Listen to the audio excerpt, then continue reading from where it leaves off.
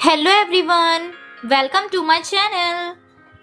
आज की इस वीडियो में हम सब पढ़ेंगे हिंदी व्याकरण का अगला विषय जिसका नाम है सर्वनाम। तो आज हम सर्वनाम की परिभाषा और सर्वनाम के प्रकारों को जानेंगे। सबसे पहले हम जानेंगे सर्वनाम क्या होते हैं। सर्वनाम की परिभाषा: जो शब्द संज्ञा के स्थान पर प्रयोग किए जाते हैं उन्हें सर्वनाम कहते हैं। पिछली वीडियो में हमने संज्ञा की परिभाषा और उसके प्रकार पढ़े थे, तो थोड़ा सा मैं आपको याद दिला देती हूँ। संज्ञा किसे कहते हैं? किसी व्यक्ति, वस्तु, स्थान, जाति या भाव के नाम को संज्ञा कहते हैं। हमने ये सब पढ़ा था। तो उसी प्रकार सर्वनाम भी हैं जो संज्ञा के नाम पर प्रयोग होते हैं संज्ञा की जगह पर। अब जैसे इसके कुछ उदाहरण हैं। राम स्कूल जा रहा है, वह पढ़ाई कर रहा है।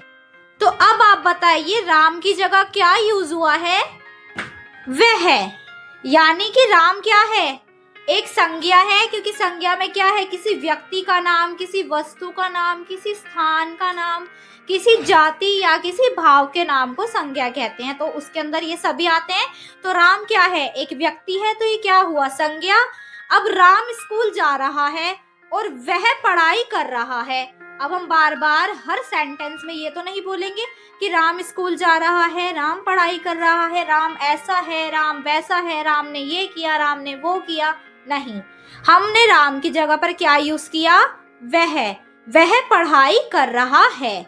तो राम की जगह पर क्या यूज हुआ है? वह।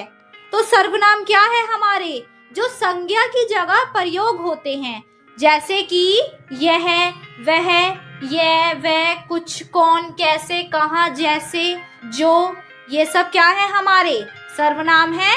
तो इन्हीं शब्दों को क्या कहते हैं? सर्वनाम कहते हैं, जो किसी संज्ञा के स्थान पर प्रयोग होते हैं। जैसे किसी व्यक्ति के स्थान पर भी हो सकते हैं और स्थान के स्थान पर भी हो सकते हैं, भाव के नाम पर भी हो सकते हैं और किसी के भी नाम पर हो सकते हैं। तो ये है हमारे सर्वनाम। अब सर्वनाम के प्रकारों को जानेंगे। सर्वनाम के मुख्य रूप से 6 प्रकार होते हैं। तो अब हम इन सभी 6 प्रकारों को एक एक करके समझेंगे और जानेंगे। सबसे पहला है पुरुषवाचक सर्वनाम। जो सर्वनाम किसी व्यक्ति के बारे में बताता है उसे पुरुषवाचक सर्वनाम कहते हैं। जब किसी व्यक्ति के बारे में बात कही जा रही होगी तो वो किस में आएगा? पुरुषवाचक सर्वनाम में। तो पुरुषवाचक सर्वनाम के कुछ उदाहरण हैं, जैसे कि मैं भी स्वयं व्यक्ति हूँ, तो मैं भी खुद के लिए ही बात करूंगा या करूंगी। और हम 2 या 2 से अधिक लोग मिलकर खड़े हैं, तो हम यानी हमारे बारे में बात हो रही है। तुम यानी तुम्हारे यानी दूसरे व्यक्ति के बारे में बात हो रही है। और वो भी व्यक्ति के नाम पर प्रयोग होता है ना। तो और वह भी और आप भी, तो ये सब क्या है? व्यक्ति के बारे में प्रयोग होते हैं। तो ये सर्वनाम के अंदर आते हैं। किसके अंदर? पुरुषवाचक सर्वनाम के अंदर। अब सेकंड क्या है? निजवाचक सर्वनाम। जो सर्वनाम अपनेपन या स्वयं का बोध कराता है उसे निजवाचक सर्वनाम कहते हैं, जो खुद के लिए यानी स्वयं के लिए होता है। इसके उदाहरण है अपना, यानी कि मेरा अपना, खुद का। स्वयं यानी खुद, और खुद मतलब अपने लिए ही। तो निजवाचक सर्वनाम क्या है? जो खुद के लिए ही सर्वनाम होता है। तीसरा प्रकार है निश्चयवाचक सर्वनाम। जो सर्वनाम किसी निश्चित व्यक्ति या किसी निश्चित वस्तु की ओर संकेत करता है उसे निश्चयवाचक सर्वनाम कहते हैं। इसके अंदर कोई निश्चित एक ही व्यक्ति होगा जिसके बारे में बात कही जा रही होगी, या कोई निश्चित एक ही वस्तु होगी जिसके बारे में कहा जा रहा होगा, तो वो किस में आ जाएगा? निश्चयवाचक सर्वनाम में। और इसका क्या उदाहरण है? यह, वह।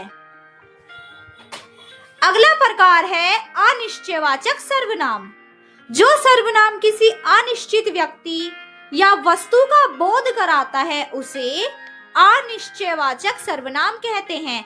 जैसे कि हमें उस व्यक्ति के बारे में नहीं पता है, कोई भी हो, या हमें किसी भी वस्तु के बारे में नहीं पता है, वो चाहे कोई भी वस्तु हो, तो वो किस में आ जाएगा? अनिश्चयवाचक सर्वनाम में। और इसके उदाहरण क्या है? कोई, कोई में हमें नहीं पता कौन, कुछ, कुछ में भी हमें कुछ अंदाजा नहीं है ना कि कितना, क्या, कुछ, कैसे, कुछ भी नहीं पता हमें। और किसी, किसी का भी हमें नहीं पता। तो अनिश्चयवाचक सर्वनाम में क्या है? कोई, कुछ और किसी, ये इसके उदाहरण हैं।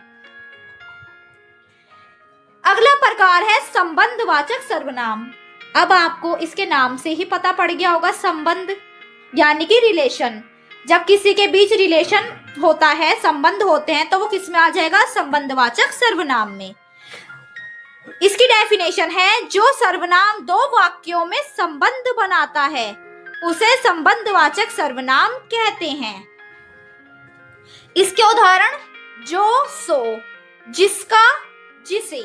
तो ये क्या है? आपस में रिलेशन बनाते हैं यानी संबंध बनाते हैं, तो ये किस में आ जाएगा? संबंधवाचक सर्वनाम में आ जाएगा।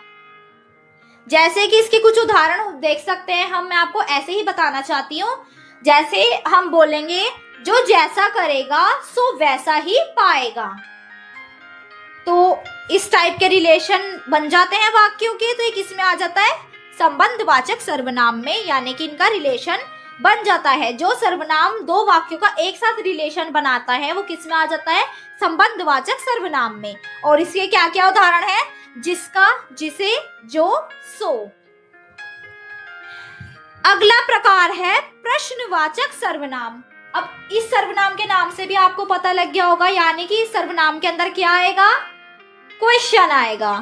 तो जो सर्वनाम प्रश्न पूछने के लिए प्रयोग होते हैं उन्हें प्रश्नवाचक सर्वनाम कहते हैं।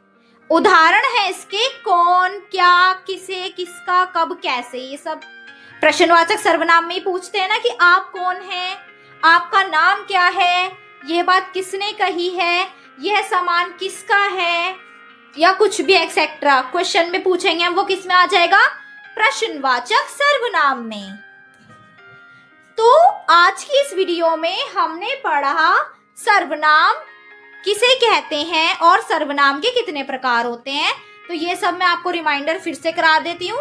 सर्वनाम वह शब्द होते हैं जो संज्ञा के स्थान पर आते हैं, और इसके कितने प्रकार होते हैं? 6 प्रकार होते हैं।